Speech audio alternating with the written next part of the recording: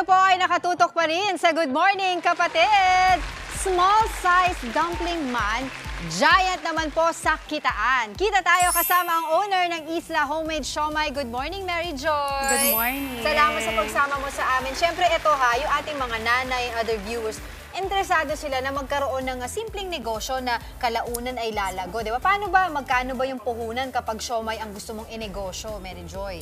Yes, nag-start po kami ng 600 pesos. 600 lang ang puhunan. Tapos? Yes. Tapos, yung mga scratch po namin sa bahay lang, like yung hindi pa po kami nag-start sa ganyan, yung parang steam lang na So kung ano yung gamit ninyo sa bahay, yun lang yung ginamit mo. Po. Tapos ikaw na mismo ang nagluto, nag-prepare nitong mga siomai na ito.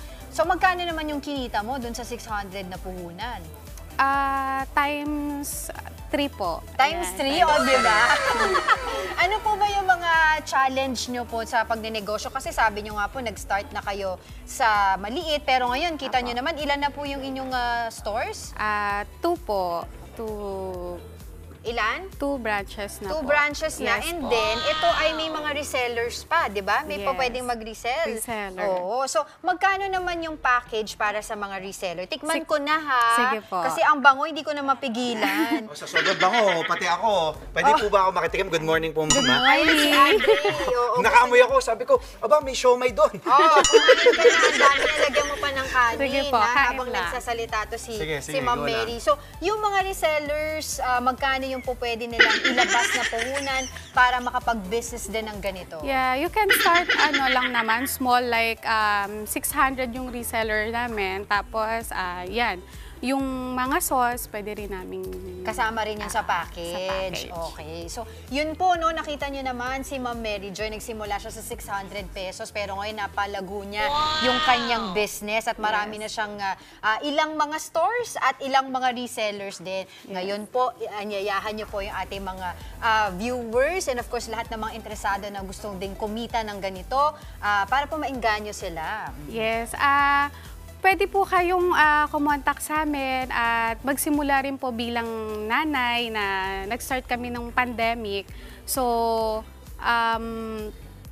inaanyayahan po namin kayong tangkilikin yung special siomai namin na talaga naman pong homemade. Ayan. Sarap. So, wala kang malalasahan na yes. ano ba yung preservatives?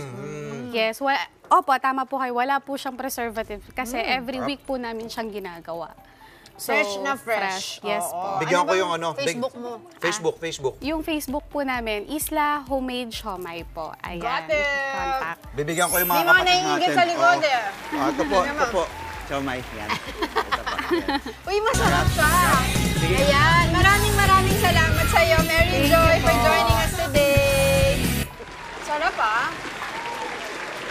oh my God. Sarap.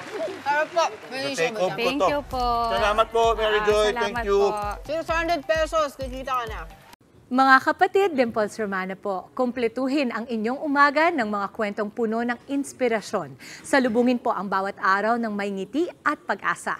Kaya't mag-subscribe na po at mag-follow na sa aming social media pages ng News 5.